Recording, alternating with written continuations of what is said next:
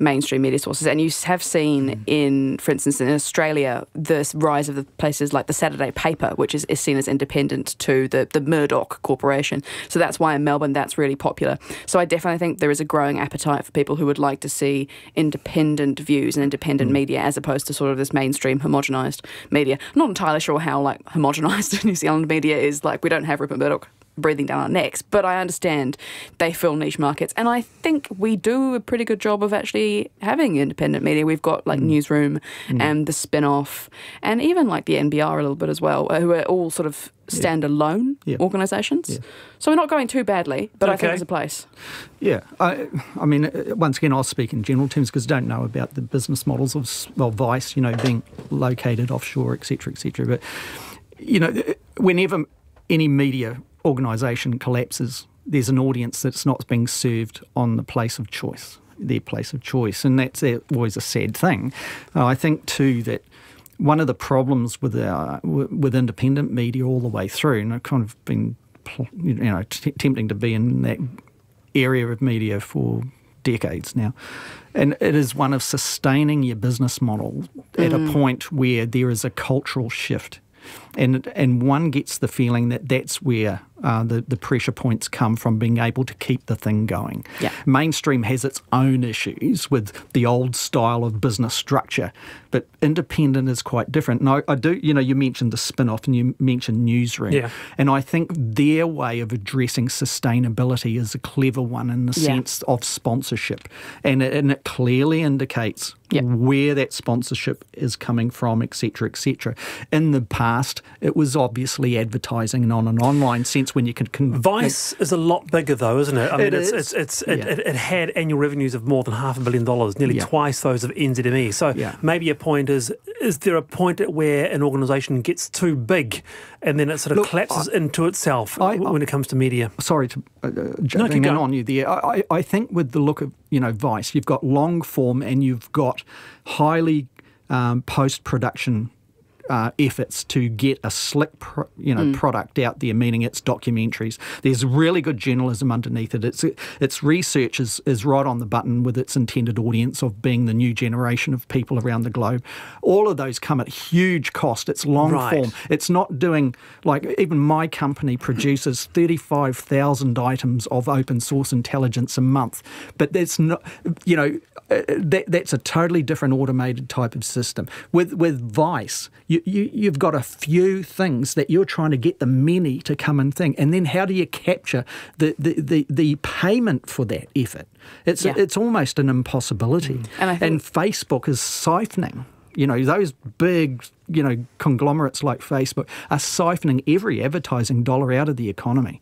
And there's nothing left for such things. And I also think there's been a shift in, you're talking about how Vice are investing in heavy, slick, like time and resource and money-heavy productions, which are very slick and beautiful and stuff. And that's true, and it's very aesthetically pleasing to watch, but there's also been a shift in social media and kind of grainy on your cell phone kind of footage stuff, and Facebook Lives are replacing traditional news shows, and so we have more of an appetite for a slightly more no-frills style. On the ground. Yeah, on the ground. Yeah. And that's what I think is coming through as well. People are watching their Instagram stories.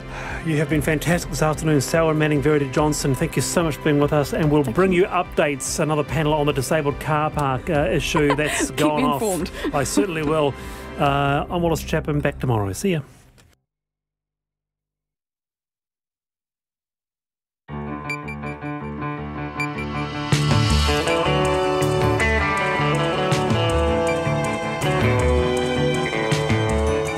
Te whakarongo mai koe ki te reo irirangi o Aotearoa. This is Checkpoint on RNZ National. I'm Lisa Owen.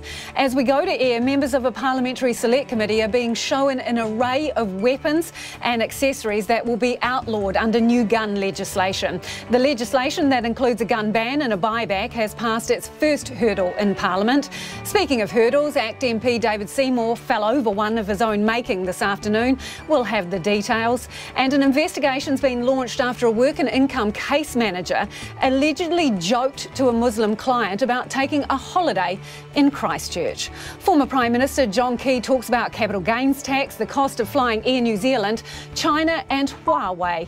And residents in South Auckland are worried for their pets after aggressive dogs kill 4 cats.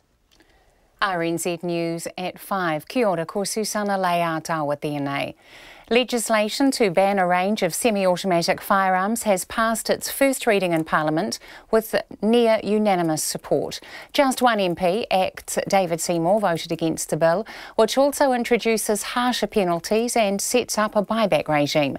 The Police Minister Stuart Nash told MPs the ban was driven by public safety in a bid to prevent an attack like that of March the 15th ever happening again. Owning a firearm is a privilege, not a right, in this country. Well, MPs will now move into a streamlined select committee process. The first meeting was set to begin about now. A pop culture convention that attracts thousands is changing its rules to ban military-style clothing and replica guns following the Christchurch attacks. Armageddon has posted a list of guidelines on what is banned at its conventions, including metal shields, knives and swords, but in most circumstances people can bring a plastic alternative. People have taken to social media to express their frustration, with some spending hundreds on their costumes. But the organiser, William Gerards, says people need to remember the country is still in a state of high alert. And it might be upsetting to general public. And also, they might get grabbed by the police. So we made the decision to just say, look, these things for this year are not going to be allowed. William Gerard says that there will be prop checks at the doors. A man who murdered his ex-partner by stabbing her 18 times while she was holding their young son will spend at least 17 years behind bars. Ephraim Joseph Beasley was sentenced to life imprisonment in the High Court at Auckland this afternoon. He had earlier pleaded guilty to murdering 34-year-old Shi Wang in her Flatbush home in December last year. Justice Moore described the attack as calculated and heartbreakingly incomprehensible for Ms Wang's family. He said her parents were inconsolable with grief, and without their daughter, their hearts were empty. Their only wish is to see their grandson grow up safe and happy. The harm that you have wreaked on others, especially your son, is incalculable. In sentencing Beasley to life with 17 years non-parole, Justice Moore said Beasley had shown little remorse for his actions. A children's advocate says pouring more money into households where children are living below the breadline won't necessarily solve the problem of child poverty. Statistics New Zealand figures show 16% of children are living in households with disposable household income less than half the median income. That jumped to 23% once housing costs were deducted. Children's advocate Christine Rankin says the way to avoid poverty is by giving households skills to help them thrive. Money in a household can be really important, but how people use it is the key. And I've worked with families for my entire career where the children are the last consideration in their lives, and that unfortunately is a reality in thousands and thousands of cases. Christine Rankin says it's more about how families are spending their money, not how much they have. The government will use the survey as a benchmark to meet its child poverty reduction targets. Some residents in Auckland's suburb of Weymouth say they are ready to leave the area because of 4 dangerous dogs roaming the area and killing up to 4 cats in 1 week. Alicia, who has lived in Waimahia Inlet for 2 years, says as soon as her family moved in, they noticed the aggressive canines.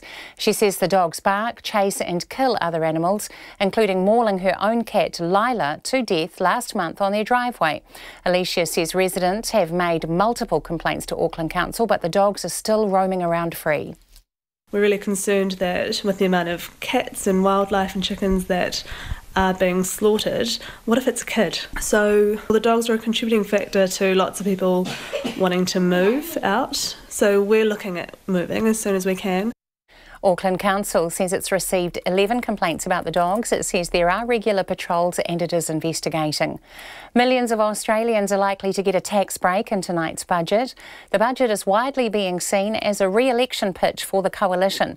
The ABC's Amy Greenbank has more details. The Federal Treasurer Josh Frydenberg is expected to deliver a predicted surplus budget, the first in over a decade this evening, which will include a host of pre-election sweeteners. Average families can expect out of this budget that their cost of living pressures will be eased. Low and middle income earners could see tax cuts, which were scheduled for 2022, brought forward. Opposition leader Bill Shorten says he can't guarantee Labor will support the tax cuts, but will take a close look. We've always been pragmatic about good ideas. The coalition would need the support of the opposition to pass any tax cut legislation through Parliament before the end of the week. Amy Greenbank reporting. It's 5:05. The All Blacks and Highlanders winger Waisaki Naholo will be out of action for up to 6 weeks after suffering a knee ligament injury yesterday. No replacement has yet been named. The Highlanders, who are currently second to last in the New Zealand Conference, had a bye last round and play the Hurricanes in Dunedin on Friday night. The Warriors captain Roger Tuivasa-Sheck believes the time is right to introduce rookie Chanel Harris-Tavita to halfback against the Gold Coast Titans in Auckland on Friday night. Adam Kieran has won the number 6 jersey, left vacant by Sean Johnson, but his combination with Blake Green hasn't gelled after 2 straight losses to the West Tigers and Manly. Tuivasa-Sheck says it's time for the 19-year-old rookie to get a chance. Even though Green's a fantastic player, we need to play a bit more in our role. It's exciting, it's a challenge, and our middles are keen to get involved too, so we need to take a bit more jobs off Green, and Chanel comes in, we want to make sure we're all on the same page. Run, play fast, that's the style that he has, and just want to see him run because with ball in hand he's pretty dangerous. Roger Tuivasa-Sheck. Arsenal's jumped to third in England football's Premier League to move into pole position in the battle for the final 2 Champions League berths. The Gunners have beaten Newcastle 2-0 in London to climb above rivals Tottenham and Manchester United. Arsenal's 14 points behind title challengers Manchester City, but 2 points clear of Spurs and United and 3 clear of Chelsea. That's the news. Gangs put on notice. Do you really want to spend 5 years in jail? Because that is the penalty. We're going to come after them. Cracks appear at the UK Parliament. A bunch of protesters stripped off, climate change protesters stripped off and showing their bums to the MPs below. And Hamilton Council in hot water again. When I first saw those posts that he had made on Facebook, I think I rubbed my eyes and pinched myself. Always interesting. Morning Report, weekdays from 6. Then on 9 to noon, the Washington Post's former Beijing bureau chief analyses the impact of the US-China trade war and what the battle for 5G is really about. And after 10, Casey Gerald delves beneath the surface of the American dream. Join me, Catherine Ryan, on 9 to noon after Morning Report on RNZ National. Now the short forecast from Met Service to midnight tomorrow for Northland, Auckland and Coromandel Peninsula. Fine spells. Showers spreading north tomorrow, some possibly heavy in the afternoon, but mainly dry for Auckland City. Waikato to Kapiti, including Bay of Plenty and the Central Plateau. Mainly fine. Isolated showers south of Taupo today. For Gisborne and Hawke's Bay, showers spreading north today. Wellington, Wairarapa and coastal Marlborough. Showers becoming isolated this evening and clearing by tomorrow. Inland Marlborough, Nelson and Buller, mainly fine, showers about the ranges today. Canterbury, occasional showers today, fine tomorrow. Westland and Fiordland, mainly fine, isolated showers about the south coast, cloud increasing late tomorrow with drizzle in Fiordland. Otago and Southland, showers clearing this evening, but cloud remaining about the south coast. Morning frosts inland. Chatham Islands, rain briefly heavy, easing to a few showers today. It's coming up to 9 minutes past 5. You're with RNZ National. Thanks, Susanna. This is Checkpoint and I'm Lisa Owen. Right now, police are due to show MPs at a select committee guns and modifications that will become illegal under new laws being rushed through Parliament. Legislation covering the proposed gun ban and buyback is a step closer after it passed its first hurdle in Parliament with near unanimous support. Just one MP, ACT's David Seymour, voted against the bill, which will ban a range of semi-automatic weapons and accessories that can basically convert some guns to military-style semi-automatics. Here's our Deputy Political Editor, Craig McCulloch. 18 days since New Zealand's deadliest terror attack, MPs coming together in a bid to prevent it ever happening again. Their motivation? 50 men, women and children who were taken from their loved ones on the 15th of March. Their memory is our responsibility. The Police Minister Stuart Nash outlined the bill's intent: a ban on assault rifles and military-style semi-automatics, a ban on large-capacity magazines and parts that can modify weapons to be fired as semi-automatics. Tough new penalties too for those who flout the law, up to 10 years in prison for the worst offence. Owning a firearm is a privilege, not a right, in this country. The legislation has the backing of nearly every MP, the opposition National Party pledging its full support. Its police spokesperson, Chris Bishop, promising to be constructive. The time has come for quite substantial reform of our firearms regime. There are still some questions, details which need to be finalised, particularly around the buyback scheme. The government's promised to purchase the soon-to-be illegal weapons from their owners during an amnesty period running till the end of September. But the costs yet to be locked down. Officials estimate it could be between anything from $100 to $200 million. I'm aware of some estimates out there that it could be up to $1 billion to buy back the various weapons. I urge the government to move expeditiously on the details of the buyback regime. The sole holdout in Parliament, the one opposing vote, David Seymour, the leader of the ACT Party, its only MP. If gun control is important, then it's important to do it right. Mr Seymour's main objection is the pace of change. He says there's no need to rush, that it risks getting something wrong or alienating gun owners. It would appear that it is more about political theatre than public safety. MPs are now moving into a streamlined select committee process to hear the advice of officials, police, lobbyists and the wider public. The first meeting was scheduled to start a short time ago. The government wants the bill passed through all three stages by the end of next week. From Parliament for Checkpoint, Craig McCulloch. Well, today Epsom MP David Seymour gave himself just one job and he couldn't get it done. The ACT MP had planned to be the sole dissenting voice when the government sought the leave of the House to hurry its gun law reform through. But Mr Seymour was late to work this afternoon and missed the vote altogether. He was, however, on time for our interview, and I started by asking him what went wrong.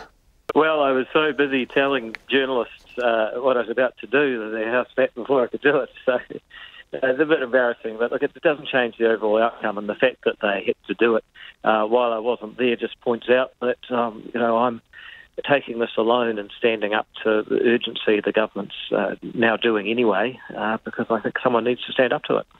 So on whose behalf are you doing this?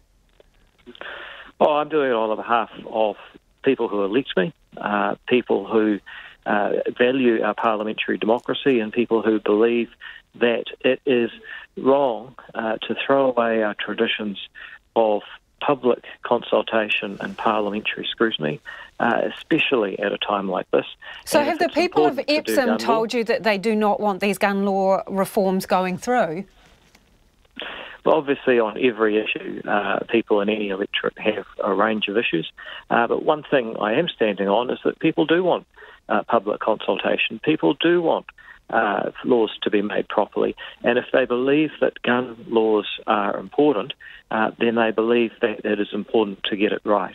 I don't think you can do that in 9 days. OK, so you're speaking generally there about the process, but I'm asking you specifically, has someone been in your ear in particular about these gun laws or the process around the gun laws? Well, first of all, nobody in particular has been in my ears. I get a huge amount of correspondence, sometimes hundreds of emails per day. Second of all, there are about issues this, around do you mean? I'm talking specifically around the process of the gun laws. Have you had an overwhelming amount of correspondence that spurred you on to attempt to do this? I think every single person in Parliament has had an overwhelming amount of correspondence. This has been the issue that people have been writing to MPs about in the main over the last week. But that's not really the issue here. I have taken this position because I believe it is important, especially in difficult times and especially with important issues, that we actually take the time to consult the public and scrutinise legislation properly. So that's the first objection, is to the process and procedure. So it's really important. You've just said it was so important. It was so important that you were late and missed the opportunity. I think you are, frankly, being overly cynical. I mean, at the end of the day, the government was going to put it into urgency anyway. But what is important is that they had to sneakily do it. in the minute that I wasn't there because I was talking to journalists such as But what was sneaky about it, to be clear? What was sneaky about it? Because there's a time that you're supposed to be in the house. You didn't make that time. They carried on with business. Did you have leave from the house, or was it on you because you were late? Well, no, Lisa, I was 1 minute late because I was talking to journalists, which I think is important to do, because I think it's important that we communicate through the media with the public of New Zealand. Now, if you want to make the whole interview about that, we can, but I'm actually keen to move on to some more important topics here. So do you actually think that Chris Hipkins and the Speaker of the House looked around, saw you not there and went hell for leather to get through that first little bit before you could get in there and object? Well, the Speaker of the House has no control over people seeking leave or raising points of order, so it would be wrong to implicate him. But I'm pretty sure that Hipkins is a crafty guy. He knows the House well, and I think he probably did notice my absence and do it in the first minute of the day. So it's his fault? No, Lisa, no one's saying that it's anybody's fault. It's what happened, and it ultimately doesn't change the outcome because the government could have forced Parliament into urgency anyway. But, frankly, if these are the only questions that you have, then we might as well move on. If you want to talk about the substantive issues Mr. Seymour, which is what's happening in Parliament, if it wasn't going to change the outcome, I'm happy to do that. If it wasn't going to change the outcome, which is the substance of the thing, if it wasn't going to change the outcome, what was the point of raising the objection anyway? Well, I think you should raise objection to things that you object to. I mean, it's fairly straightforward. The fact that I wasn't able to do it hasn't changed what finally happened, but I certainly still intended to and would have, was I not communicating with journalists and communicating with the public through them, which is another important thing MPs have to do. So let's be clear about this. Are you opposed to changing the gun laws, or are you just opposed to the process that's being used to do it? Well, I'm glad you're getting back to the question I was trying to answer 5 minutes ago. Will I be able to answer it this time, Lisa? Ball's in your court, Mr. Seymour. Okay, let's talk about the actual issue here. So first of all, there's an issue of process, and the first question is, what is the status quo right now? Right now we have regulations in place that the government put through by order in council just last week or the week before that said if you have a semi-automatic weapon, then you... Actually, you know what, Lisa, can we do this later? Because, funnily enough, I don't want to miss another speaking opportunity in the House, and I've got to get in there now. Oh, okay. So if you want it, I'm quite serious. If you're going to spend the whole interview attacking me about being late to the House, you could let me go. All right, bye. Don't be late. Bye-bye. And that was David Seymour. It is 18 minutes past 5 and you're with Checkpoint on RNZ National. Really keen for your feedback. You can text us on 2101, tweet us at Checkpoint RNZ or send us an email, checkpoint@rnz.co.nz. The Ministry of Social Development's launched an investigation following allegations one of its case managers joked to a Muslim client about taking a holiday in Christchurch. The details emerged on Twitter after another work and income client says they overheard the conversation. MSD Client Services Manager Kay Reid says if it's true, the remarks are totally unacceptable. So what was allegedly said was exactly these words. Caseworker cracked a joke at her about taking a holiday in Christchurch. That's what we've got. So who was this apparently said to? This was apparently said to a Somali Muslim woman who was having an appointment next to the person who has made this allegation. So was this said? Have you tracked down the work and income person? So what we've done, as soon as we received this allegation, we made contact back with this person to actually understand the full circumstances. They responded to us this afternoon with the detail of where the alleged event took place. And what we've actually done with that, I've spoken with the local manager and I've asked them to investigate the allegation. So have you identified the worker yet? Have you identified the worker yet? Not at this point. We haven't. We will need to follow a process, but I have asked the local manager, and as soon as they've done all of that, they will come back to us. Okay, so what city did this happen in, allegedly? This actually allegedly happened in Auckland. On face value, what do you make of that? Cracking a joke about taking a holiday in Christchurch and saying this to an apparently Muslim woman? Look, it's unacceptable. It's disturbing for us. And, you know, I want to apologise for that. But we have zero tolerance for that type of comment.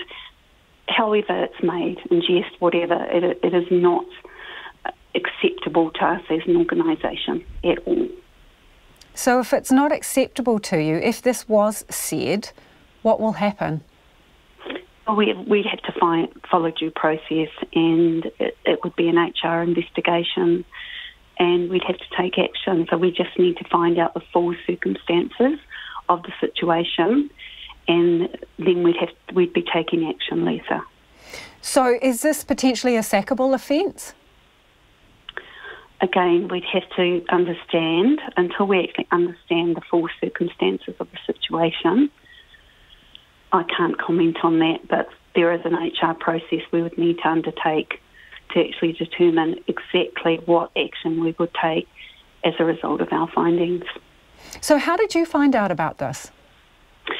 It was posted on Twitter, and our comms team, they actually scroll through anything to do with our organisation, and then that was brought to my attention.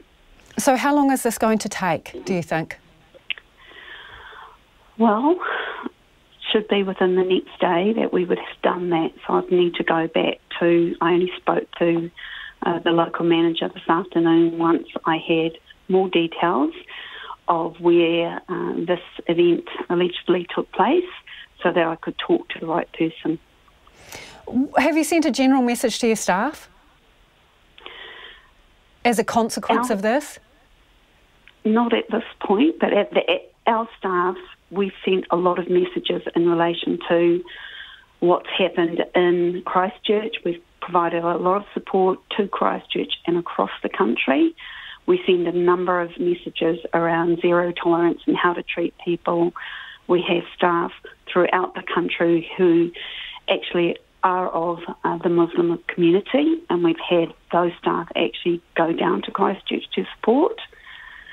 So we just need to actually investigate the situation and understand the full details, and then we will act appropriately, I can assure you of that. Right, so you have told staff about what is appropriate behaviour, and given you have warned them already, if this has happened, well, it seems there's no excuse for it then. Well, again, we just have to investigate the full situation, Lisa, and really understand the full details of it before we act. And that was MSD's Client Services Manager, Kay Reid there. Bus operators are claiming more than 1,000 bus runs a day are at risk because of set meal breaks coming into law next month. And they say it'll have a major effect on urban bus runs nationwide.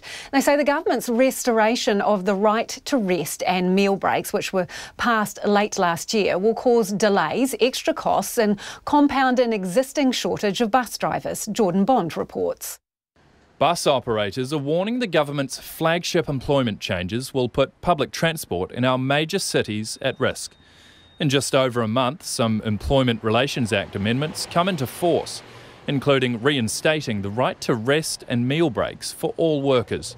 Some bus companies say it'll mean drivers have to take breaks in the middle of service runs, which throws everything off schedule. The Minister of Transport, Phil Twyford, accused them of catastrophising and scaremongering. He says the law asks employers and employees to find times that work for both of them. I'm sitting down quite soon with the bus operators and the unions to work out how we can get through this problem so that bus drivers get decent breaks, which is important. It's in the interests of not only the drivers but most importantly public safety, without bringing the public transport system to a grinding halt. Auckland Transport says it was told by 3 operators the city might need 350 extra drivers, and that 1,400 services could be at risk a day to make up for some drivers taking rests. In a submission to the Select Committee last year, a large operator, NZ Bus, said set break times might mean some drivers have to take a rest in the middle of a run while passengers are still on board. It said this interruption would get a lot worse if the break was, for example, on the Auckland Harbour Bridge. NZ Bus says bus driving is one work situation where enforced breaks just aren't practical. Auckland Transport spokesperson Stacey Vanderputten says it is possible some services will be interrupted next month. It's really hard to know at this point in time. What we're trying to do is understand how we can mitigate the potential, cancellation of services. It's too early to know, and we'll hope to have a better handle on that in the coming weeks once we've actually sat down with all our operators individually. The union representing some drivers, First Union, says the reluctance of bus companies to give their employees rest and meal breaks shows how poorly they treat their drivers currently. The union's bus organiser, Emir Hodzic, says it's no surprise companies are in peril and can't attract drivers if basic employment laws aren't accepted. If the companies were to lift the wages and improve their conditions, which is the reason the drivers are leaving the industry, let alone joining, the issues of breaks wouldn't be a huge problem. There's a greater underlying problem within the bus industry at the moment. And why should the bus drivers be treated any different like any other workers or second-class citizens? But MB says the claim that drivers must take breaks at set times is not true. The General Manager of Labour Policy, Ruth Isaac, says the new law provides a 2-hour window during which the break can be taken, and the law provides for negotiation between the parties. She says breaks should be when reasonable and practical, not on the Harbour Bridge. The timing of those rest and meal breaks are to be agreed between employees and employers where possible, and that they can agree what timing makes sense for their business and for them. Currently, rest breaks are only required for employees as deemed reasonable by the employer. The changes will ensure a worker has 2 10-minute rest breaks and a half-hour unpaid meal break in an 8-hour day. Neither the Bus and Coach Association nor NZ Bus would be interviewed today. It's understood they, the unions, Minister Phil Twyford and the Minister of Workplace Relations, Ian Lees-Galloway, are meeting tomorrow to discuss the situation. I Tamaki Makoto, mō te hōtaka o te ahi nei, ko Jordan Bond, tēnei. The man who brutally killed his ex-partner as she held their young child at the entrance of her South Auckland home will spend at least 17 years behind bars. Ephraim Joseph Beasley was sentenced at the High Court in Auckland this afternoon for the murder of 34-year-old Shi Wang. Our reporter Katie Scotcher was at court. Ephraim Joseph Beasley and Shi Wang met in 2014. After a whirlwind romance, the pair married 6 months later. But it didn't take long for the relationship to turn sour, and they split just months after they wed. Justice Moore told the court soon after she discovered she was pregnant with Beasley's child. Your contact with Ms. Wang and your new son was limited. You saw Ms. Wang a couple of times before the baby was born. You were in Auckland for the birth, but 2 days after the baby was born, Ms. Wang asked you to leave following an unpleasant confrontation at the hospital. Soon after the birth, Beasley grew to resent Miss Wang, partly because he had to pay child support. And from that point on, you felt that everything in your life was spiralling downwards. You contemplated taking your own life, but decided against it. You also began to contemplate killing Miss Wang. Justice Moore told the court on the morning of December 10th, Beasley decided he would kill his ex-partner that evening. Shortly after 6 o'clock that night, he left Rotorua and drove to Miss Wang's Flatbush home. As you drove north, you thought about what you were going to do. You thought about how you would achieve it. You thought about stabbing her in the neck and in the head. The judge told the court Beasley arrived at Miss Wang's home just before 10 and saw 2 cars parked outside. He said Beasley considered leaving, but decided he'd come this far, so should carry out his plan. Wearing a jacket and a hat pulled over his face to conceal his identity, Beasley knocked on Miss Wang's door several times. It took her 10 minutes to answer the door. But eventually the door was opened and Ms. Wang was standing there. She was holding your son, who was then just over 2.5 years old. Because of the way you were dressed, it seems that she may not have recognised you immediately. Justice Moore said Beasley lunged towards Miss Wang and stabbed her 18 times all over her body in the space of a minute. Eventually you decided that there was no need to continue the attack. You knew that you had done enough to kill her. Throughout this attack, Ms. Wang was holding your son. It was simply a stroke of good luck. He was not injured. Beasley left his son in the arms of Miss Wang and fled towards Botany Town Centre. He called the police when he arrived and confessed to killing her. As Justice Moore handed Beasley his sentence, he described the pain he has caused his son, who has name suppression, as heartbreakingly incomprehensible. He has been robbed of the care, protection and love of his mother. And secondly, the incomprehensibility that the person responsible for that vast hole in his life is his own father. A victim support person on behalf of Mark Few, a close friend of Miss Wang's and the caregiver of her young son, described she as a woman with a passion for life. She was a woman who applied herself 100%, and this was portrayed through her friendships and her love for. She was an incredibly intelligent and highly educated person who worked hard to provide for herself, and she lived her life ensuring that grow in a good environment. The court heard She's son is struggling to cope without his mother. Has been struggling to sleep properly and wakes up often throughout the night crying. He misses his mother immensely, and this is shown through his disappointment and sadness that he can't talk to her. His world, his mother, and every aspect of his life has been completely turned upside down. Ephraim Joseph Beasley appeared emotionless as he was sentenced by Justice Moore this afternoon. Shi Wang's mother and friend had travelled from China to be at the High Court.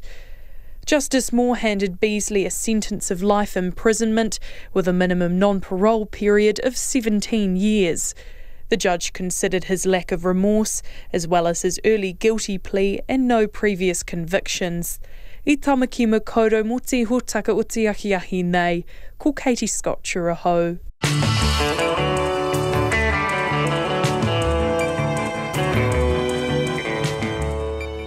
And coming up on Checkpoint on RNZ National, former Prime Minister John Key on our relationship with China, the cost of flying Air New Zealand and capital gains tax. A Rotorua intermediate student is among 5 family members killed in a car crash north of Taupo, and residents in an Auckland suburb fear for their pets after 4 cats were killed by aggressive dogs in just 1 week. As always, we would love to hear from you, so get on the text 2101. You can tweet us at Checkpoint RNZ or send us an email at checkpoint@rnz.co.nz.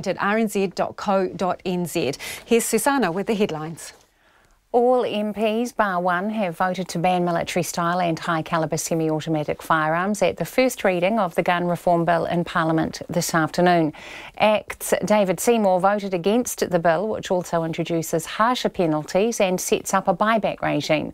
The government says the ban is to protect the public and prevent a massacre like that in Christchurch on March the 15th ever happening again. The process is being fast-tracked, with the first Select Committee meeting taking place this evening. A pop culture convention is changing its rules to ban military-style clothing and replica guns following the Christchurch massacre. Armageddon has posted a list of guidelines for its conventions, banning metal shields, knives and swords, although a plastic alternative will usually be accepted. People have taken to social media to express their frustration, with some spending hundreds on their costumes.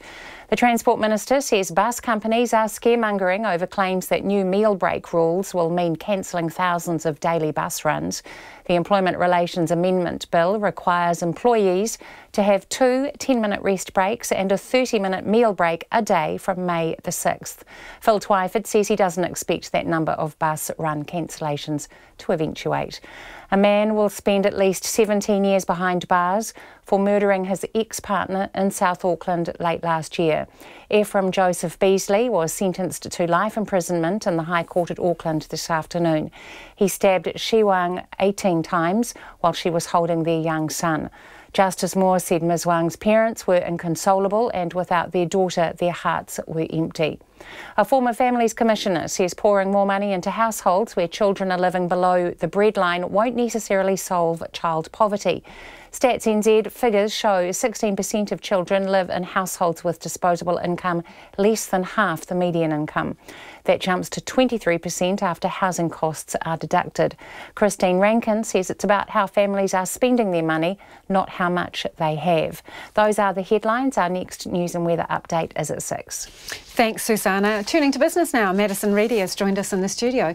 A key business confidence survey out today, and it's not good news, is it? It's certainly more bad news, as it typically is with these business confidence surveys lately. This was the Institute of Economic Research's quarterly survey of business opinion. Now, this was down to a net 27% of firms expecting the economy to worsen over the next year. Now, that's down from a net 18% in the last quarter, which we saw in January. So now we're actually back to the same level of business confidence that we had in September last year, those really low levels that we saw in 2018, where a net 28% of firms expected the economy to worsen. Now, the reason that they're upset this time around is because of concerns with the domestic trading situation.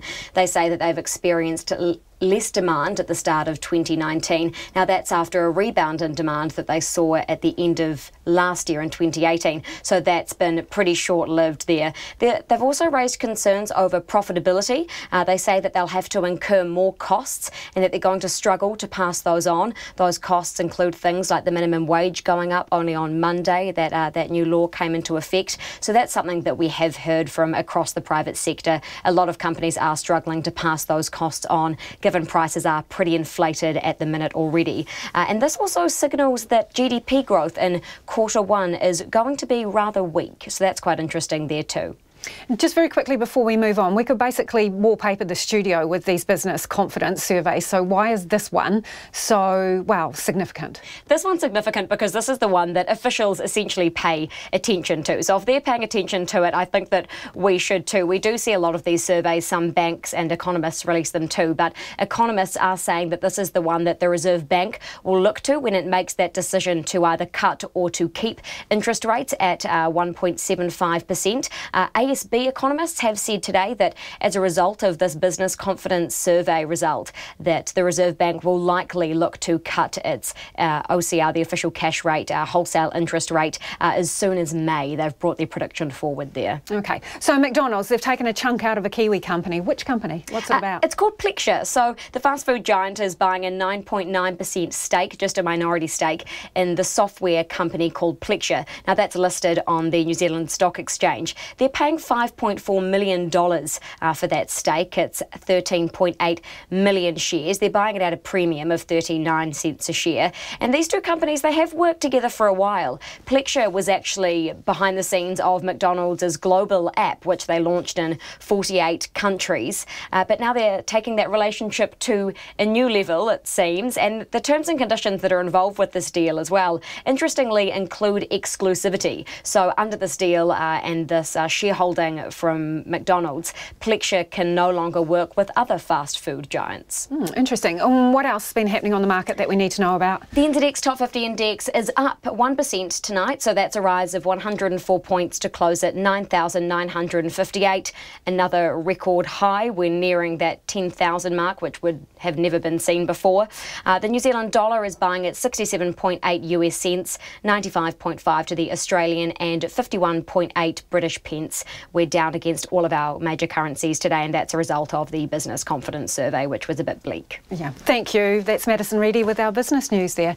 The former Prime Minister, Sir John Key, has come out against recommendations to impose a capital gains tax, concerned it will have a crippling effect on business and farmers. Sir John, who is the chair of New Zealand's ANZ Bank, as well as a director of Air New Zealand and the United States global media giant Comcast, spoke to business reporter Nona Peltier following a candid keynote speech to members of the Institute of Directors. He says anything that restricts or impedes New Zealand's competitive edge is bad for business.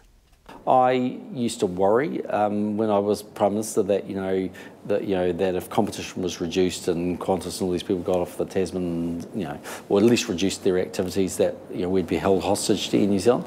But their model has changed at Air New Zealand, which is to say, how do we get maximum volume? And to do that, there's a price elasticity curve, and they need to keep prices down. So yeah.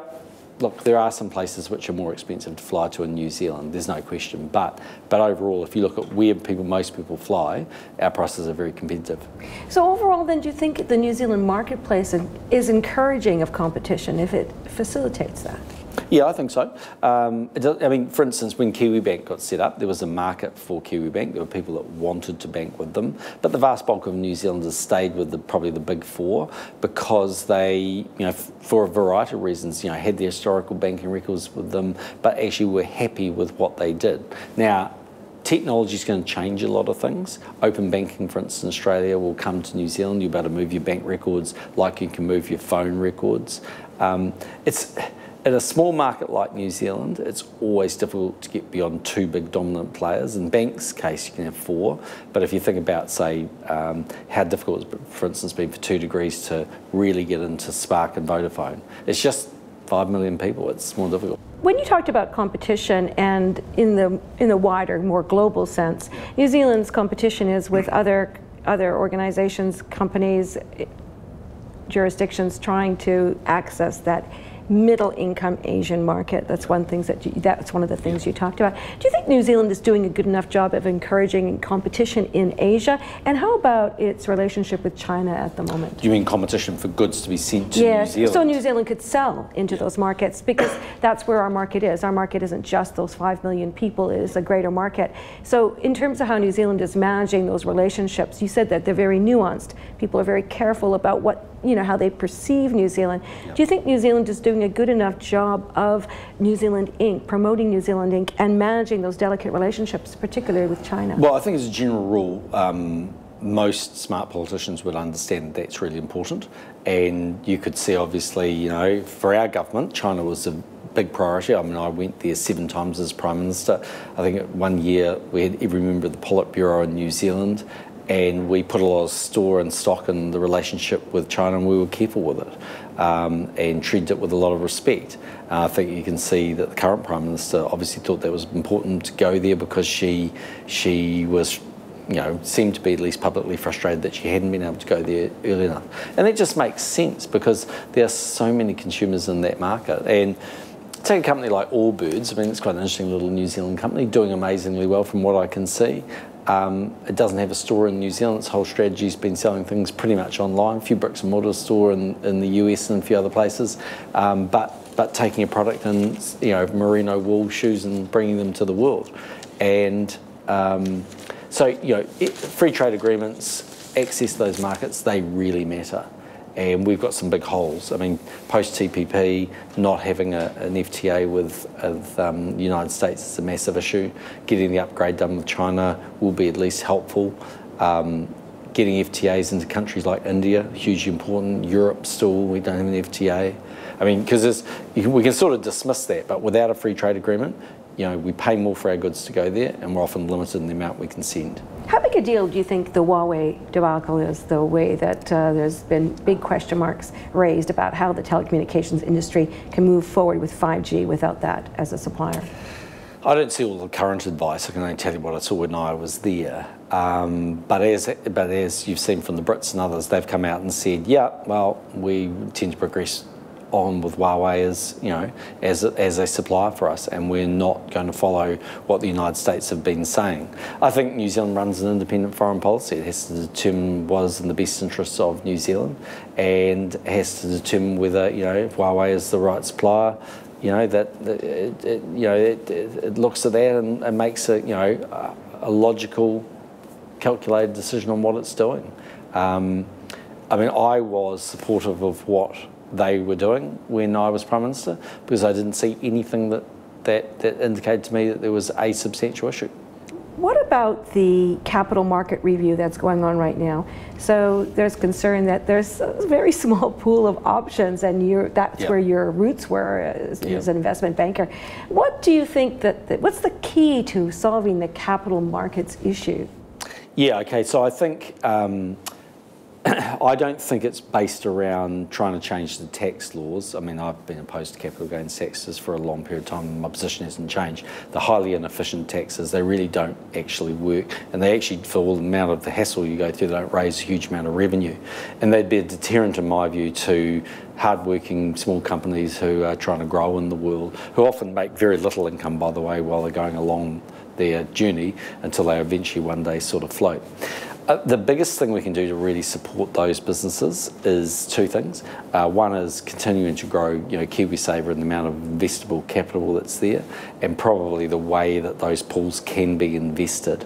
So if you think about the United States, you know, what's made their structures so strong is that they've had, you know, amongst others, the NASDAQ is an amazing way of bringing capital to the table, huge amounts of VC and angel funding, a pathway to float those companies, a risk appetite. And sure, you know, it might only be a tiny, tiny fraction of what people invest in their 401k plan, which is equivalent of their KiwiSaver. But nevertheless, you know, it's an enormous amount of investable capital. And so you see, you know, really good companies. And this isn't, may or may not be factually correct, but when I was in the US 2 weeks ago, someone was trying to tell me what a great American company Allbirds was, until I tried to point out to them, actually it's a New Zealand company. And, you know, you've seen Leo DiCaprio as an investor in it, and if it floats, it'll probably float in the US. I don't know, I don't have anything to do with the company, so I'm just saying about what I see. But you know, why would that be? If that was the case, the answer is because the investable capital is there. So we need to really try and develop that in New Zealand. It's not easy, but that's what we need to do. Do you think that your view will fall on deaf ears, though? It does seem that the working group has come up with proposals which really just point to a capital gains tax, and really that's the view. Yeah, but you know, the politics of it is really interesting, isn't it? And you'd sort of ask the question why. I mean, we already have a capital gains tax. Well, for a start off, for private family homes, everyone's agreeing that they're exempt.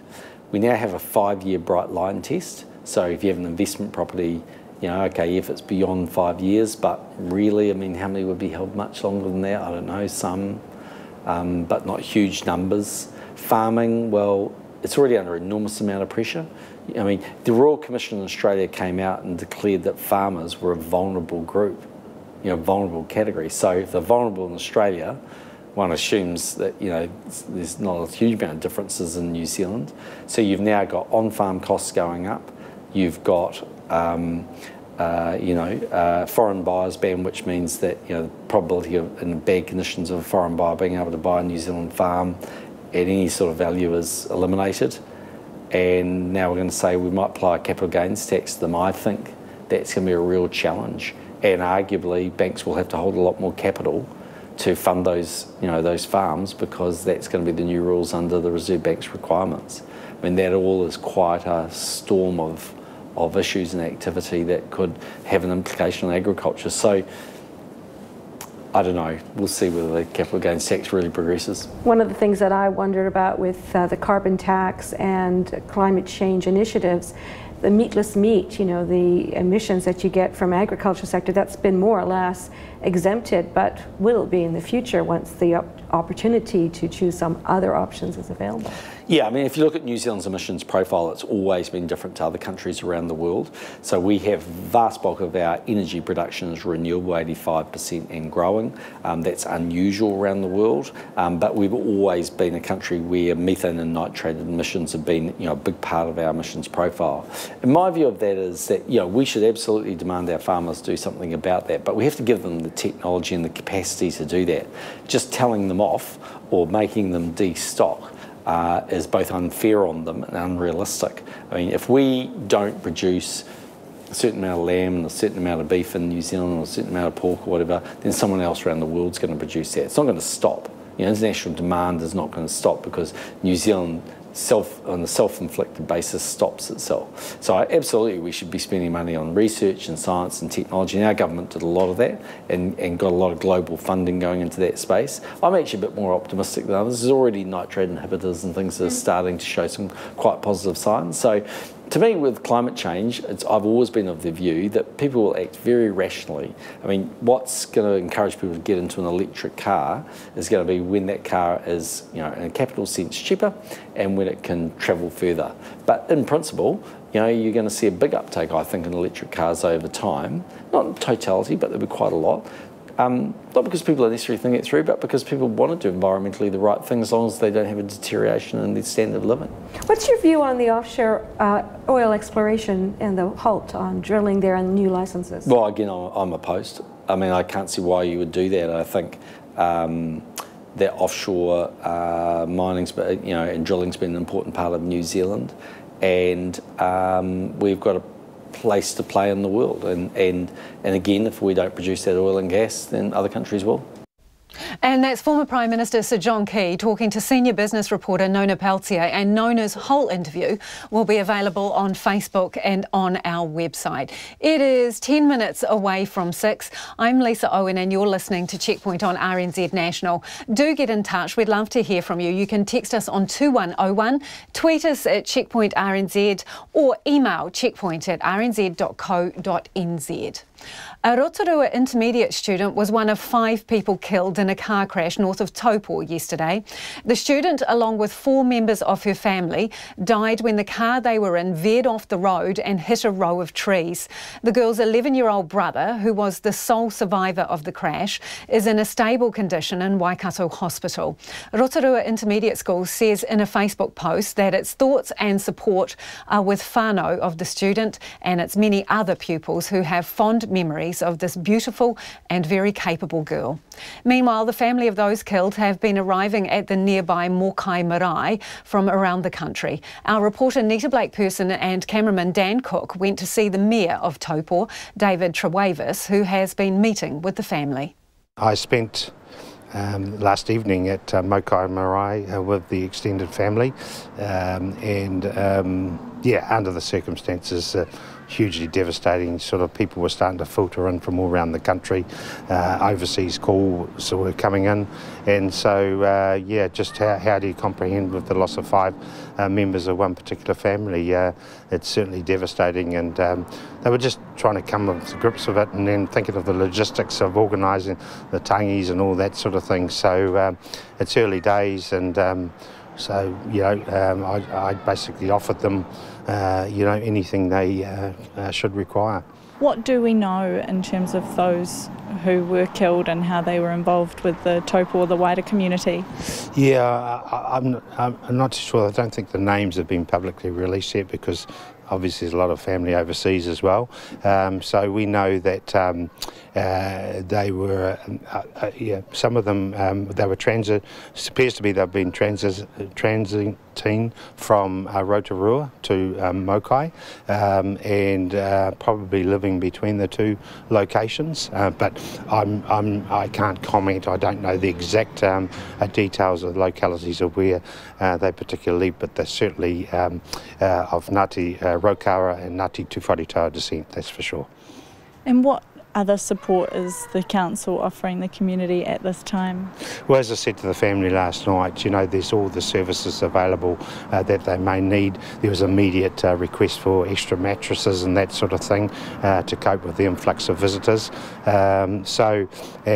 We have some very, very good social agencies in town. Victim support have been involved. All those sorts of people will be involved, and myself personally will be visiting again tonight, just to offer the people of Taupo and Turangi and Mangakino our support, and if there's anything they require, we will try and facilitate what we can. And that's Taupo Mayor David Trewavis talking to Nita Blake-Person.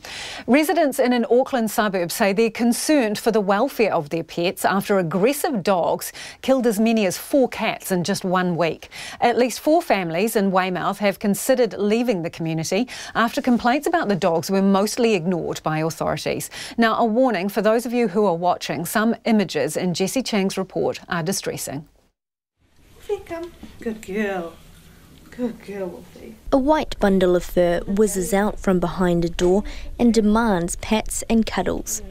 Wolfie is a rescue dog, and her owner Alicia says she's come a long way from being timid and scared of everything.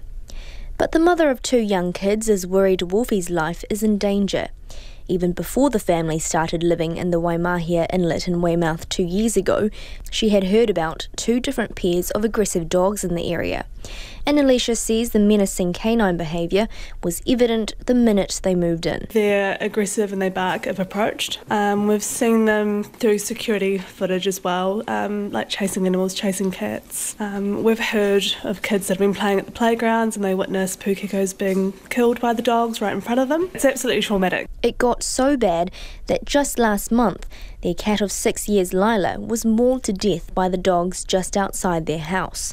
The incident was captured on security cameras. She was just asleep on the driveway, so a totally unprovoked attack, and the 2 dogs just kind of double-teamed and mauled her quite violently. It was a really aggressive attack. So the dogs are not, they're not playing around. They're not just chasing a cat up a tree, they're actually out hunting. Alicia says sadly Lila's death has just been one of many. I know of 4 cats in 1 week in March. And that's just what I was told from animal management, so we can guess that there are more.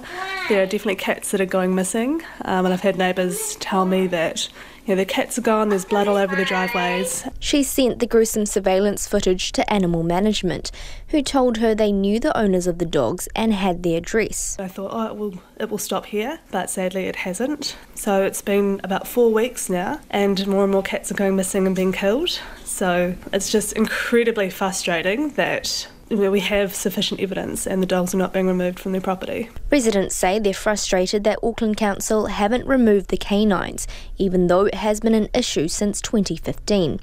They say they've made multiple calls to animal management, who pick them up and return them to their owners, but the dogs simply get out and roam the streets again. Local Tracy Renetti says everyone is just fed up. We've all been taking photos and reporting them millions of different case numbers. We've all been trying to give everyone else the case number so we can all keep on adding to the same case. And I think one of the responses we got was that the owner just keeps on paying the fines, and then the other response was the other 2 dogs, the owner doesn't give a shit. Tracy Renetti owns a small grey schnauzer and poodle cross puppy called Ziggy. They always have to be careful when going out for walks. We do take a stick with us, because like I say, if I have some aggressive dogs coming at me and I've got 3 kids there as well, yeah, it's scary. I've tried to teach the kids you can't do anything to help her. If some dogs come and attack you, you've got to get out of the way. But they don't understand that. They're like, oh, protect Ziggy. You can't, For Alicia and her family, they've had enough. We're really concerned that with the amount of cats and wildlife and chickens that are being slaughtered, what if it's a kid? So the dogs are a contributing factor to lots of people wanting to move out. So we're looking at moving as soon as we can. She says everyone should be able to walk their pets and kids should be able to play at the playground and feel safe. I tamaki makaurau o te hōtaka o te ahi nei, ko Jessie Chang tēnei. And Auckland Council has responded in a statement. Sarah Anderson, Manager of Animal Management, says it's received 11 complaints from locals about roaming dogs in the Waimahia Inlet area. The first one came at the beginning of February. She says it's completing regular patrols and are investigating the leads that they have, including the video. Once an offending dog is identified, it has powers to seize dogs for offences under the Dog Control Act. And we've got time for some of your feedback now. And mixed reviews, really, on my interview with David Seymour. This person says, Lisa, you prefer to answer your own questions. Learn some politeness. Mr. Seymour tried to answer your questions, but clearly you did not want to hear what he had to say.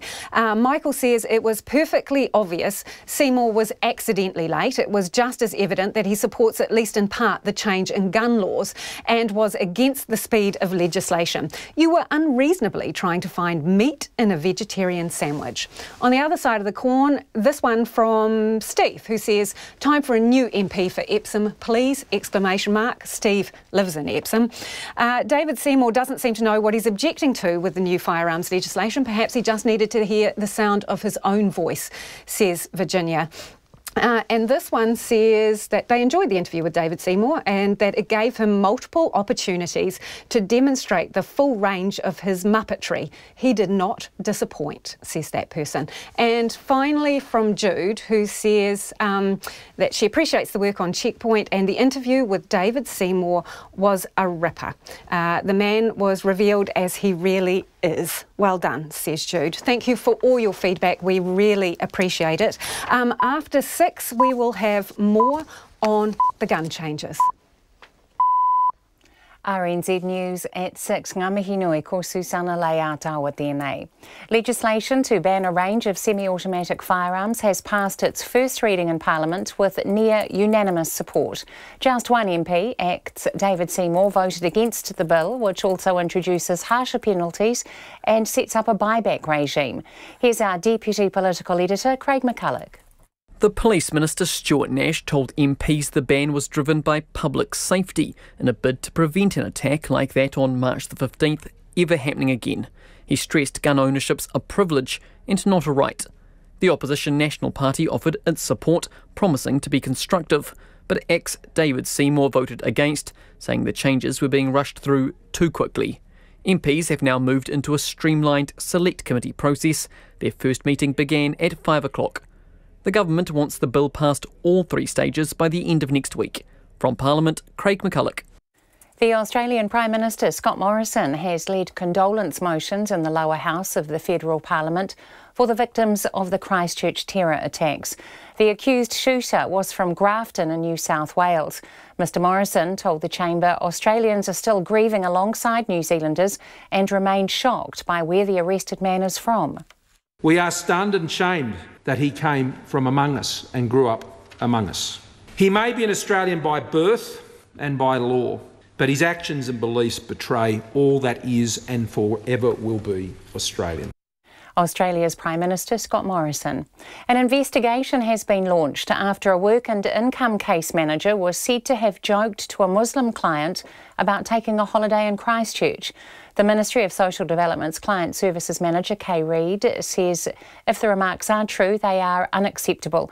She apologised for what may have happened and says it's disturbing to hear the allegation. Ms Reid says the manager of the Auckland work and income site where the joke is said to have been made is investigating the claims. If true, the worker will go through an employment process. A pop culture convention that attracts thousands is changing its rules to ban military-style clothing and replica guns following the Christchurch massacre. Armageddon has posted a list of guidelines on what is banned, including metal shields, knives and swords. A plastic alternative is acceptable in most circumstances. People have taken to social media to express their frustration, with some spending hundreds of dollars on their costumes. The organiser, William Gerards, says people need to remember the country is still in a state of high alert. He says people may be worried if they see replica guns on the street, and it may alarm the police. The convention will go ahead with its annual airsoft shooting gallery, but Mr Gerards says this will be strictly supervised. A man who brutally killed his ex-partner while she was holding their young son at the entrance of her South Auckland home will spend at least 17 years behind bars. In the High Court at Auckland last month, Ephraim Joseph Beasley pleaded guilty to murdering 34-year-old Shi Wang. Katie Scotcher reports.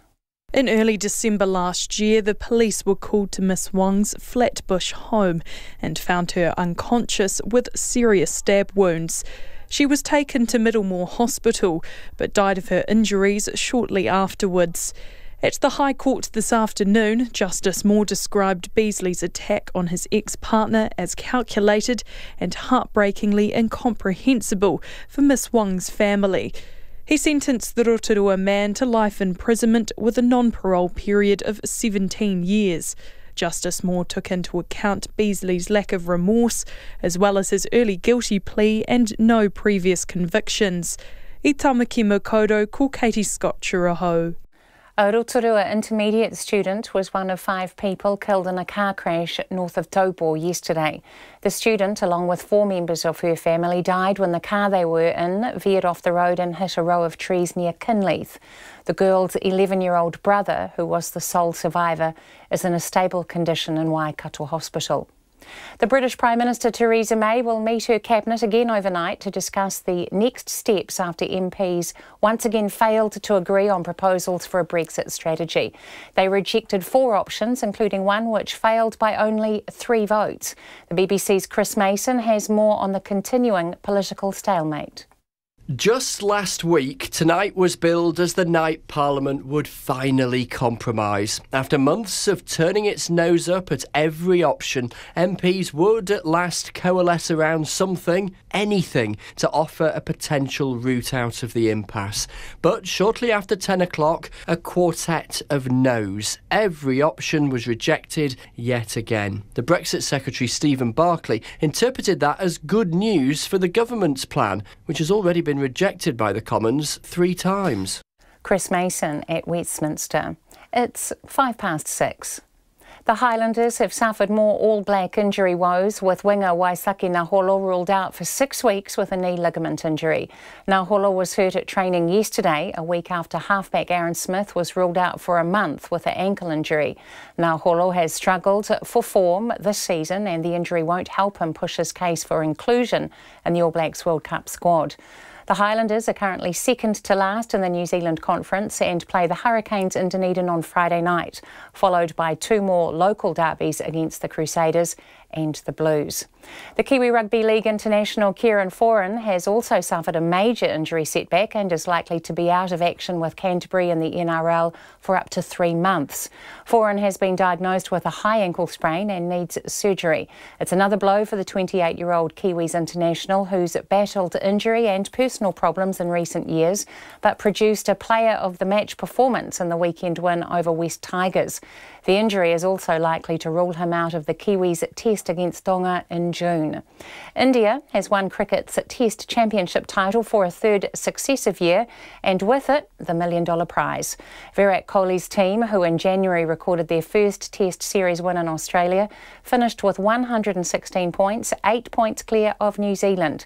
The Black Caps get nearly $750,000 for second spot. That's the news. Tonight on Nights, Catherine Carr asks people in London where they're going. Many there are asking their leaders the same question. Father and daughter counselling team Nick and Lena Beats take your questions on sex and sexuality in a live session of Bang, and our astronomer Alan Gilmore unearths the latest research on the asteroid that wiped out most of the dinosaurs 66 million years ago. On Nights with me, Brian Crump, after the news at 7 on RNZ National. The short forecast from Met Service to midnight tomorrow. Northland, Auckland and Coromandel Peninsula.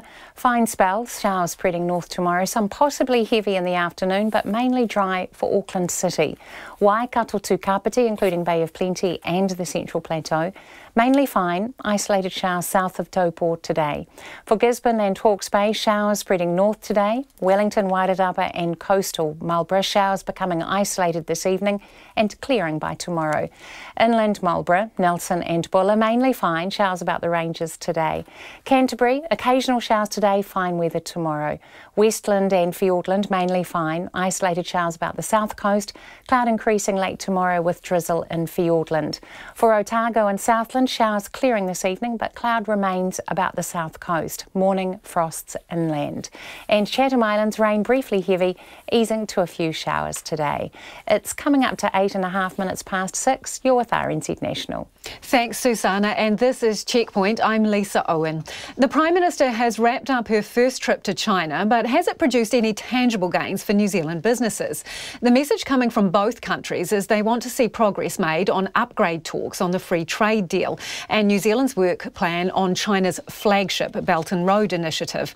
The signals coming from the Chinese administration as a result of Jacinda Ardern's brief but high-level visit to Beijing, while the bilateral relationship is strong, Spark's Huawei bid remains an issue of contention. Our political editor Jane Patterson is in Beijing and filed this report. There's huge potential for New Zealand in this rapidly growing and dynamic economy of 1.3 billion people. The long-term and unique relationship between the two countries was recognised by President Xi Jinping, speaking through a translator in his opening remarks at the meeting with Jacinda Ardern. New Zealand is the first Western developed country to sign a FTA with China, so we must go forward with this same spirit and build the comprehensive strategic partnership and take the already very good relations to a new height. This will deliver greater benefits to the people of our two countries. Ms Ardern told reporters after the meeting there is political will to progress the FTA upgrade talks, but would not give any firm details, including a possible timeline. Because, of course, that may potentially limit our ability to negotiate the best deal possible by setting arbitrary timelines. But the language that was used today was very much around hastening the work, speeding up those negotiations. I took that to be very positive and a good signal to business in New Zealand that there is ambition around the free trade agreement upgrade. The comments from President Xi about the need for mutual trust were reflected in an editorial in the state newspaper China Daily this morning. While acknowledging the relationship, it also said, quote, against this rosy picture there have been less desirable undercurrents, stemming from Wellington's seeming enthusiasm to jump on the US bandwagon to contain the overseas growth of Chinese science and technology companies. Ms Ardern says she proactively raised Spark's 5G bid using Huawei and how the process would be handled by New Zealand. I certainly believe that New Zealand has been heard on the issues that have been raised and that there has been constructive dialogue, particularly when it comes to the issue of telecommunications and the process that we have in New Zealand. The last part of Ms Ardern's visit was hosting New Zealand businesses at the new embassy in Beijing. Kevin Parrish heads Primary Collaboration New Zealand, representing 13 companies doing business in China. He says it's a dynamic market where things change quickly, and he says the sheer size and scale can be a challenge for New Zealand businesses. Because you come into this market and you probably underestimate what's required to actually be successful up here, and I think that's where a lot of companies need to just sort of take a think about that from their perspective, and are they ready to come to China, and if they are, then they've got to be prepared to resource up. Mr Parrish says while there are signs of a slight slowdown, it's still a very lucrative market. Still a massive economy, still going to overtake the US in another year or 18 months' time as far as the biggest world economy, and I think that there's still a lot of upside to what is going to happen in the growth sector, and they're switching and they're transitioning quite quickly, of course, away from sort of low-cost manufacturing into high-tech sort of product and stuff like that and services, so I think that's a very positive thing for us. Zespri's China Corporate Affairs Manager Ivan Kinsella says there's plenty of growth in the Chinese market. The Chinese economy is definitely continuing to grow. It's growing a little slower than it used to, but the base each year is much larger. So what is maybe a slightly slower growth rate on the year before, overall is a lot faster. But what we see in our area is that the demand for kiwi fruit is on its own track. Rocky Wing is a Shanghai-based lawyer advising New Zealand companies on trade rules and regulations. He says New Zealand companies used to just be involved in distribution, but the FTA has changed the nature of how they do business. Now it's like they want more and more control. They will set up companies here. They will hire local staff. They will promote their own, branding, and they will have set up their own channels themselves and set up the Tmos, Taupo, all that stuff themselves. It's quite different from back. And now, people are more brave, and the products there's more, obviously, an increase of trade that's happening every year. He says he'll be very interested to see the outcome of the upgrade talks.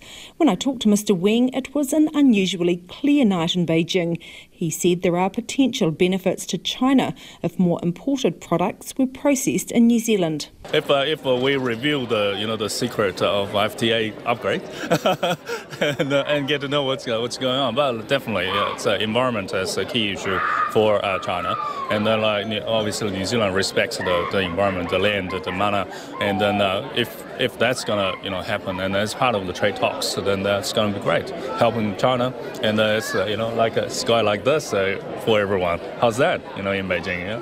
Another element of the relationship is how New Zealand will participate, or not, in the Foreign Policy and Development Plan Belt and Road.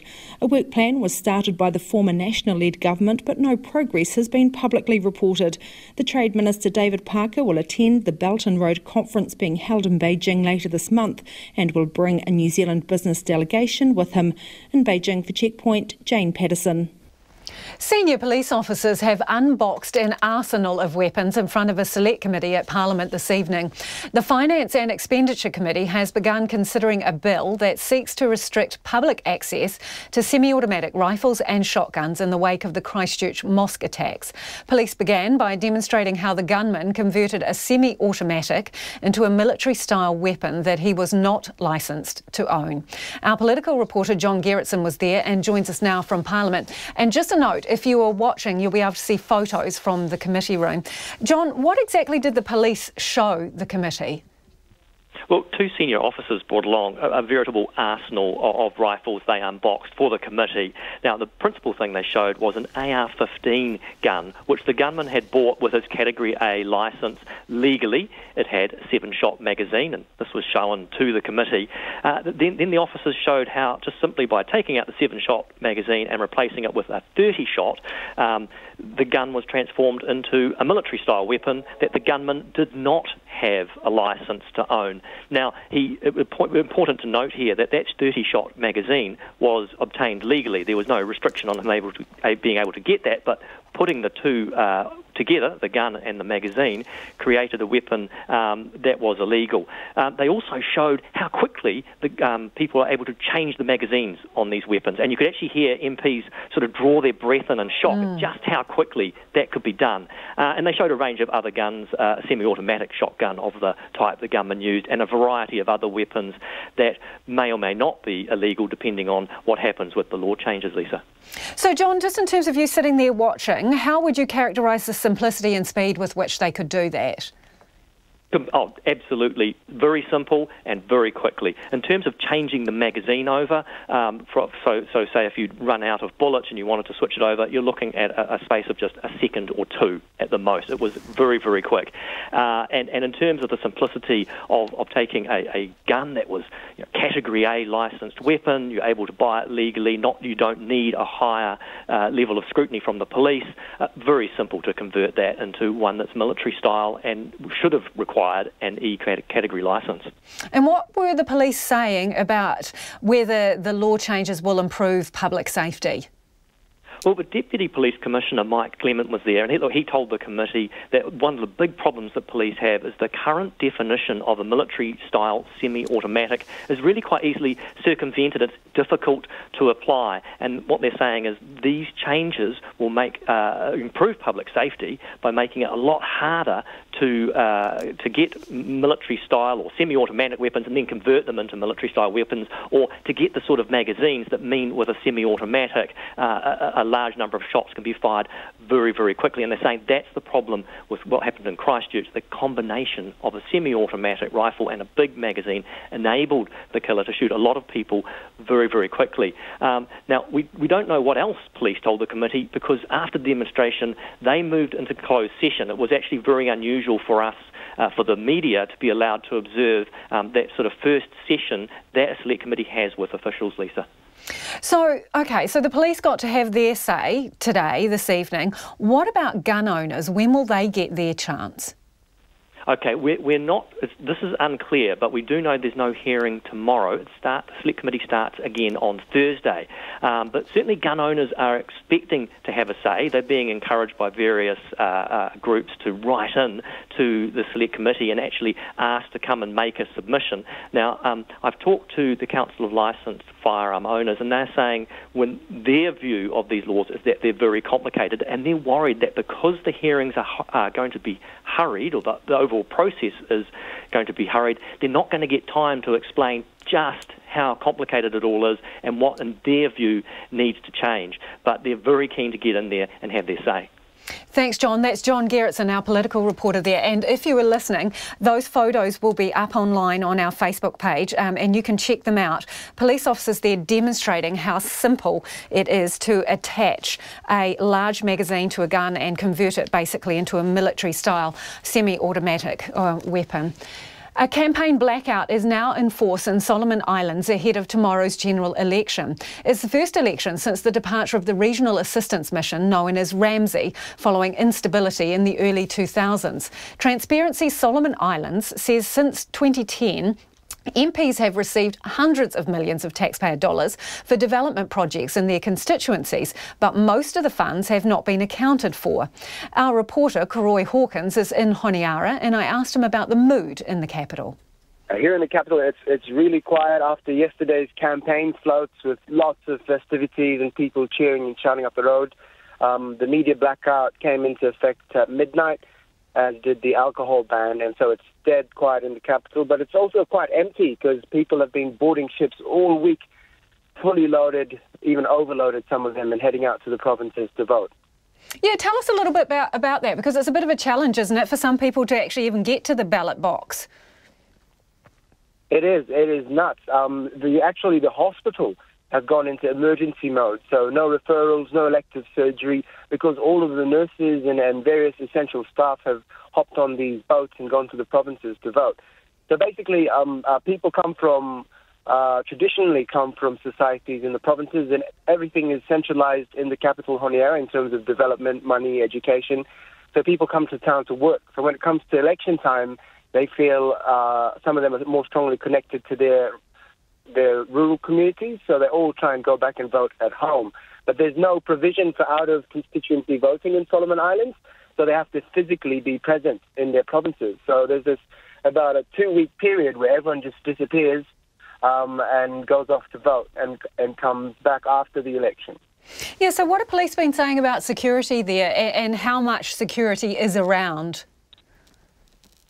They've got a lot of high visibility policing that they're doing. They've been patrolling streets. They've been going out and doing community awareness. And they're telling everybody, look, we're here. We're going to keep everybody safe. Everybody behave and make sure it's a free and fair election. And they're saying they don't have any intel of any major disturbances that they're expecting during the election. But the sense that you're getting from a lot of the different parts of the country coming over the national radio is that it is quite tense, because this whole election revolves around something called the Constituency Development Funds. There's this massive millions of dollars of funds that MPs get to develop their constituencies.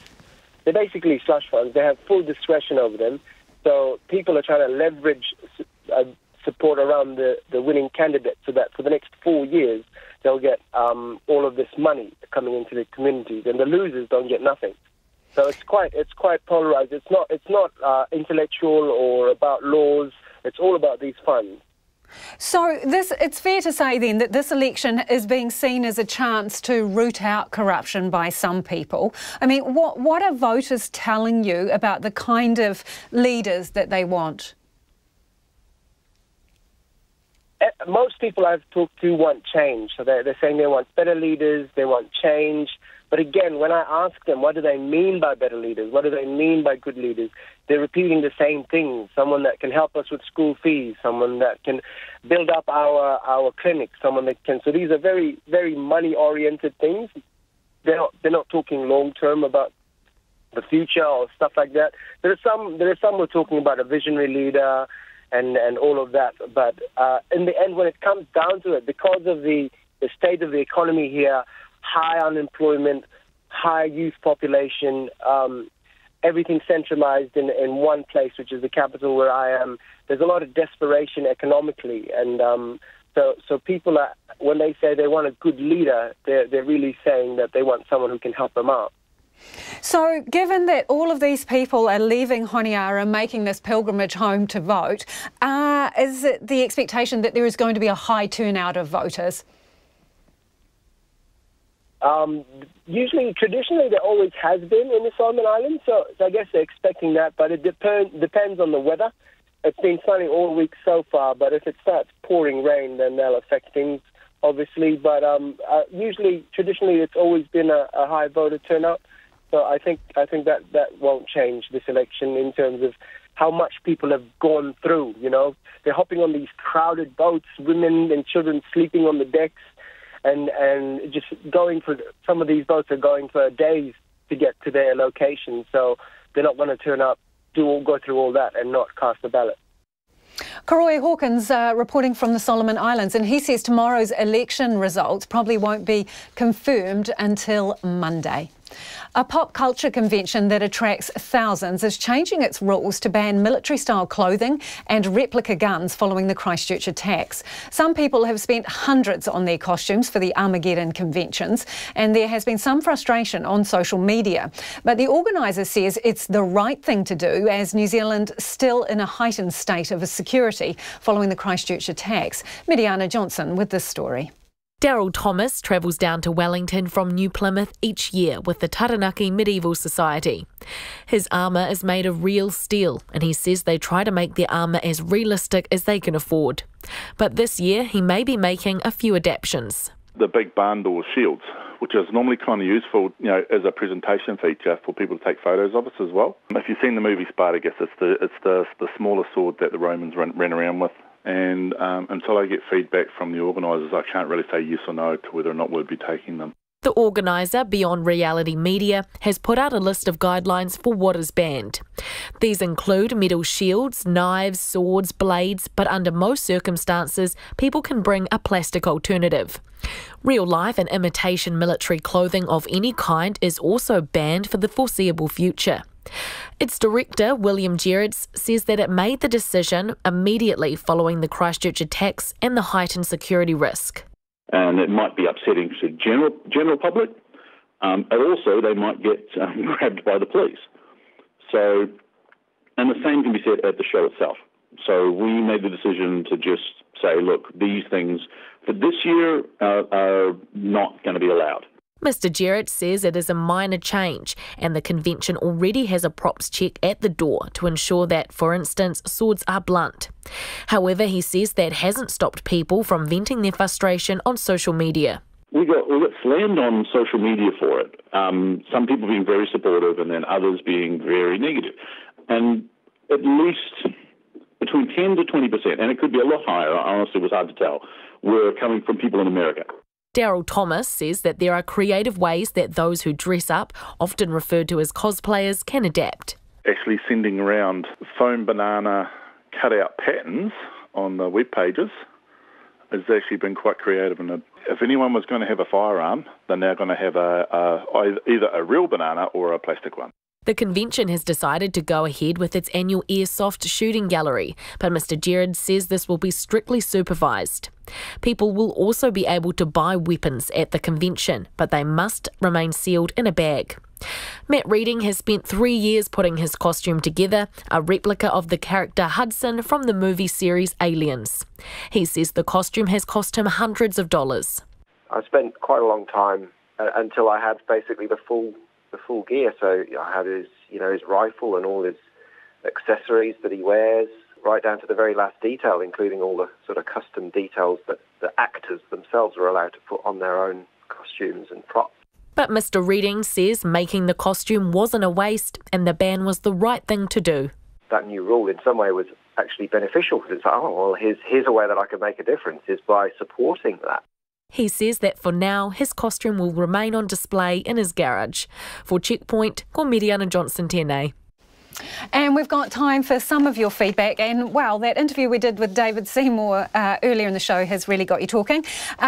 This person says, I vote Green and don't agree with David Seymour very often. Never, they say in brackets. But I think he had a point when interviewed on RNZ this afternoon. I would have appreciated hearing why he was voting against the gun law reforms rather than hearing him repeatedly questioned about why he wasn't in Parliament. That from Chris. Chris, you probably did hear, we did ask him, but he had to go somewhere. He bailed out. And John says, legislation passed in haste invariably ends up as bad legislation. It is a serious issue and should be done properly. On the other hand, this person says, David Seymour behaved like a spoilt prat. I applaud your approach. And this one from Pierre, who says, hi Checkpoint team, please do not interview David Seymour ever again. He is the weakest link and should be ashamed of himself drawing a parliamentary wage. Don't give the guy any oxygen or airtime. He doesn't deserve it. Thank you for all your feedback on that interview.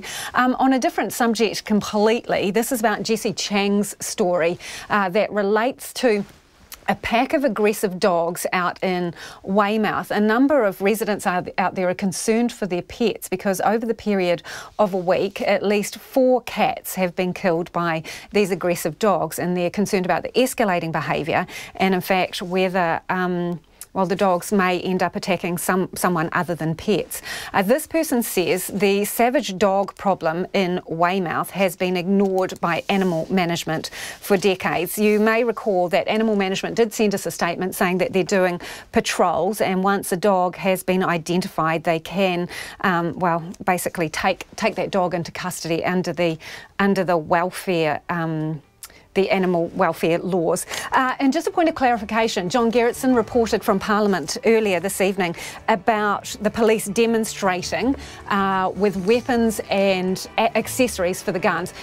The pictures online are just snapshots of what happened in that select committee. It's not a guide to how to put together a semi-automatic, so don't worry about that. You can go online and have a look at those pictures and let us know if you've still got concerns. That's it for Checkpoint this evening. Thanks for joining us. RNZ News headlines at 6:30. Good evening. The government wants its gun reform bill passed by the end of next week. It's going through Select Committee after passing its first reading this afternoon with almost unanimous support. Pop culture convention Armageddon is banning military-style clothing and replica guns following the Christchurch massacre. The Children's Commissioner says the government needs to tackle the housing crisis and increase benefits as new statistics show nearly 250,000 children living in poverty. And contractors with heavy machinery are arriving at a landfill near Fox Glacier where they will work to seal the tip and stop rubbish flowing into the Fox River and being strewn on beaches kilometres away. Those are the headlines. Our next news and weather will be at 7. Take the pulse of the day's news every weeknight at 10. That's just insane, stupid people who don't actually deserve to be in the position they're holding. Lately